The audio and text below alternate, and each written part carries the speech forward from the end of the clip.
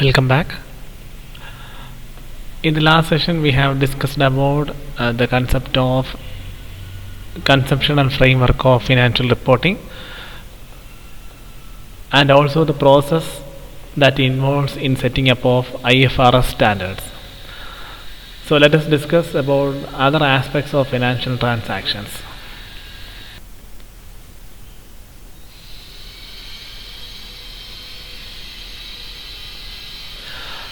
Definition of elements in financial statements. So before we go into the definition, we need to know what is meant by the elements in financial statements. Or we can simply say what are the items that are taken into a financial statement. We all know the elements of financial statement consist of assets, liabilities, revenues, expenses and equity. Because every financial statement are built up by 5 key elements: revenue, expenses, assets, liabilities and equity. I hope you all know what is meant by revenue, expenses, assets and liabilities. Some of you may know equity, some others is going to hear this concept for the first time. Anyway, the word equity simply means capital. So don't get confused, the capital is written on the liability side and here already liabilities is mentioned here. So why this equity is separately mentioned? Capital is shown in the liability side of the balance sheet, but then again it will be considered as a separate item apart from liability. It is actually a liability, but while mentioning what are the major elements in a financial statement, we will mention the capital, otherwise known as equity.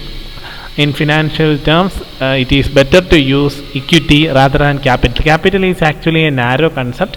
Equity means it includes capital, returns for the shareholders and many aspects. So it is better to use the term equity rather than capital. For the understanding purpose only I mentioned that capital. So revenue, expense, assets, liabilities and equity. These are the 5 major elements in a financial statement. And we all know out of which the main elements of an income statement is revenue and expenses, and main elements of a balance sheet is liabilities, assets and equity. So let us go in detail how these liabilities, expenses, incomes or revenues and equity are defined in financial terms, or in from accounting point of view how it is defined. We all know what is the meaning of assets, what is the meaning of liabilities, we all know, but from financial point of view there are certain definitions regarding that. Let us go into that. First one, assets.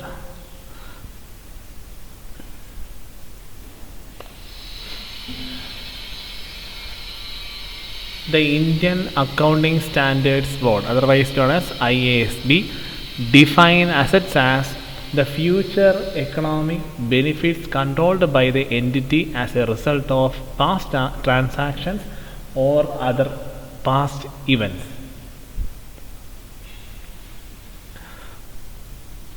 We all know what is meant by asset. Asset means asset are things of value owned by the concern. So things of value owned by the concern means from that particular item the company is either earning income or generating profits.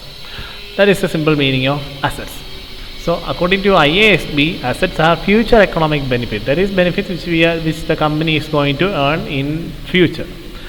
Not only at the present time, it is the company is going to earn in future also. So economic benefits controlled by the entity. Entity means the company who owns the assets as a result of past transactions or other events. Simply it means if I own a company, if I purchase some assets last year and I might be earning some income by the utilizing of that particular asset. That is the meaning. So I might have bought it today or bought it yesterday or bought it last year. That is the meaning of past transaction or past events. That is the meaning of asset. And we all know assets are those resources controlled by the entity or a company as a result of past event from which the future economic benefits are expected to flow to the entity in the form of incomes or profits or revenue or commission, like that. So that is the meaning of assets. So how this asset is recognized from the financial point of view, how an asset is considered, certain item is considered as asset, how it is considered as an asset, on what basis an item is considered as an asset. We all know anything of value owned by the concern is known as asset, but from financial point of view, how it is done. So for the first criteria for identifying an asset so that it can be shown in the statement of financial position, when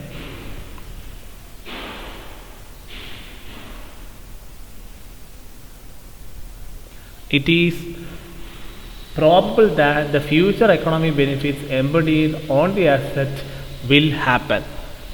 That means earlier we have mentioned the definition that anything of value owned by the concern and it is going to generate some economic benefits in future. And first and the foremost point for identifying an asset is whether the asset generate any economic benefit in future, or whether it has the ability to generate economic benefit. Economic benefit means whether the asset has the ability to generate income. That is the first one. Second one means the asset possesses a cost or other value that can be measured reliably. That means we can easily value the asset either at cost or at any value that may be determined by the company. Anyway, it will be supported by certain financial document. So only on the basis of these 2 points only an item can be considered as an asset, and it can be shown in the balance sheet.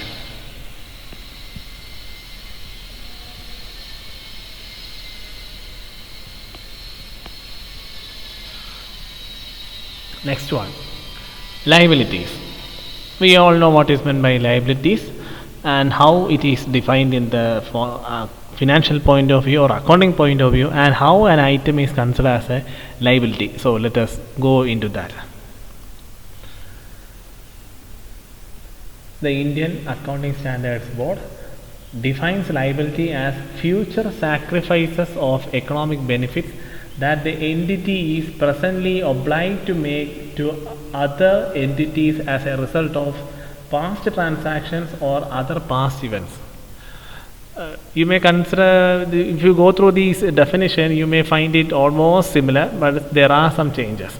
Anyway, let us discuss about liabilities. The future sacrifices of economic benefits that the entity is presently obliged to make to the other entities as a result of past transactions or past events. A company might have borrowed something from creditor or a supplier or anyone. So when we borrow something on credit from other parties, we are liable to repay back the principal amount with interest. So how you are going to pay the principal amount with interest? From the income or profit which you are gained from your business activity. So that is the meaning of this sentence. The future sacrifices of economic benefit. If I borrow money from a creditor, I have to pay him interest, and the interest may be paid in certain percentage for future number of period. It may be paid, agreed to pay for 5 years or 10 years, like that. So that is the meaning of future sacrifices of economic benefit, because I have to pay the interest out of the income earned by me. So that is known as economic benefit that the entity means company, is presently obliged to make, because the company is responsible to make the payment to other companies as a result of past transaction. Past transaction means one company might have borrowed money from other company. That is the meaning. So on that basis, an item or a situation can be considered as liability. So how a certain item can be recognized? So next one, criteria for recognition of liabilities. Again, try to use a sentence before we go into the criteria. Try to use a sentence like this. Here we have used an asset should be recognized in the statement of financial position when and only when. Just like that, try to use a sentence here. A liability should be recognized in the financial statement when and only when. After that, you have to note down the criteria. So try to write down an introduction just like the introduction which I have written in the case of assets. So a liability should be recognized in the statement of financial position, otherwise it is called as balance sheet. When and only when it is probable that the future sacrifice of economic benefits will be required. Future sacrifices means it may be sometimes if we borrow money from outside party, you have to pay the principal amount with interest. So that is known as sacrifice of future economic benefits, because we have to sacrifice our income so as to pay the interest. That is the meaning. So if an item fulfills this first point, then it can be considered as a liability. Not only first point, the next one, the amount of liability can be measured reliably. Just like the amount in case of assets, here also the value of that particular liability can be measured reliably and correctly. Only by satisfying these 2 points only an item can be considered as a liability, and it can be shown in the statement of financial position, or in simple terms we can say balance sheet. So let us go to the next element. Equity, it is another important element. It is an item that comes under the liability side of the balance sheet. Then again it will be mentioned separately, because equity means, in simple terms it means capital, but in broader sense equity means capital plus incomes and other revenues earned by the owner. That is known as equity. So equity includes share capital, profits and loss, retained earnings, other incomes. You will learn about this concept of equity in the next module, and you will learn in detail the concept of equity and what are the aspects with regard to theoretical aspects with regard to equity in your higher studies. Anyway, equity simply means capital plus income earned by the owner. So anyway, equity is defined by institution of Indian Accounting Standards Board, or otherwise known as IASB, as the residual interest in the assets of the entity after deduction of its liability. So the residual interest in the assets of the entity after deduction of its liability means, it simply means equity equal to assets minus liability. This is a important equation with regard to equity. We all know balance sheet has two sides, assets, liabilities, but in the liability side there is another item, equity, but then again we will consider this item as separately, we will mention it separately. So value of equity means assets minus the liability, or amount left after meeting all the liabilities, that is known as equity. So equity consists of what all items? Equity consists of share capital. In simple terms we may use capital, but it is better to use the term share capital plus retained earnings. Not only retained earnings, if there is other types of income or other sources of income that has to be earned by the owner, then it will be mentioned. Retained earnings includes profit and loss account, reserves and surplus, other incomes like that. So this is the equation with regard to equity. You will learn in detail about the concept of equity in the next module and in your highest classes. So let us go to next one. Revenues. I believe you all know what is meant by revenue. It doesn't need any further explanation regarding what is meant by revenue. Anyway, from the syllabus point of view, let us discuss the definition of revenue. The Indian Accounting Standards Board defines revenue as increase in the economic benefit during the accounting period in the form of inflows or enhancement of assets, or decrease of assets, that liabilities or decrease of liabilities that result in increases in equity other than those relating to contributions from equity participants. You may think that you know the exact meaning of revenue, but the definition mentioned by IASB you may find it confusing. It's very simple. Revenue means anything that increases the economic benefit. Economic benefit means your profits or income, like that. So anything that increases your income or increases your profit is considered as revenue. That is a simple meaning. And in the situation, you also mentioned how that increase in incomes or increase in revenue is concerned, how it is created in a business environment. So during the accounting period, in the form of inflows may be in the inflows of cash inflows, any cash received by the concerned by way of sale or in the form of revenue or income like that, or enhancement of asset. As enhancement of assets means increase in current assets like increase in cash or cash balance or bank balance like that.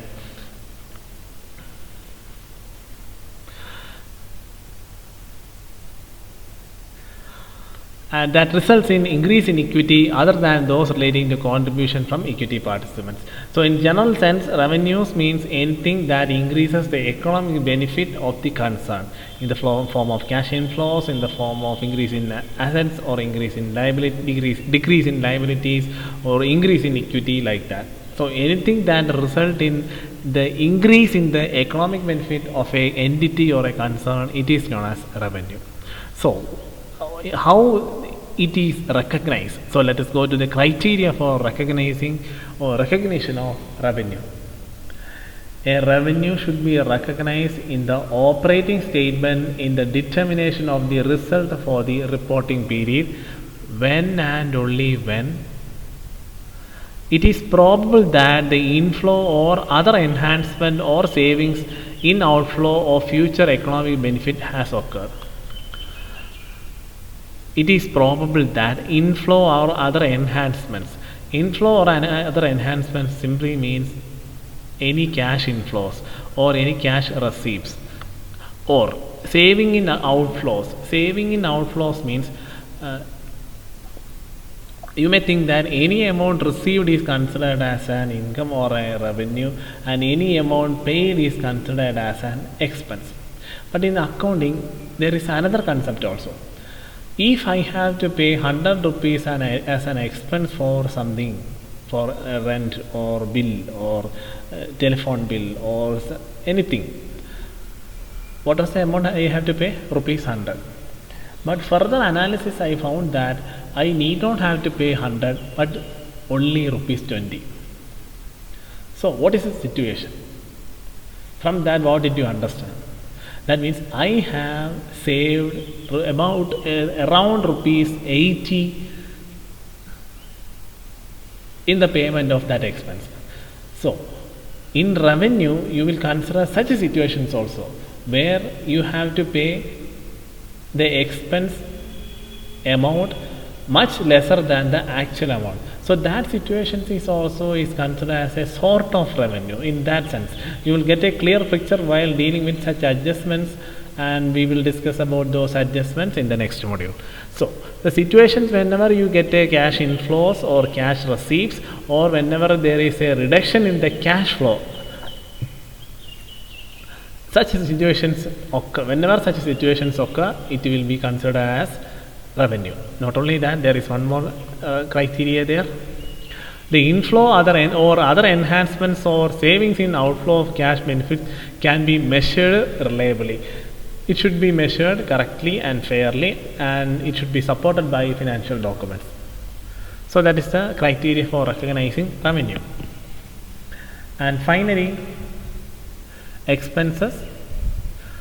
Then again also we need not have to discuss in detail about the concept of expenses, but from the syllabus point of view, you have to go through the definition mentioned by IASB regarding expenses. So the IASB defines expenses as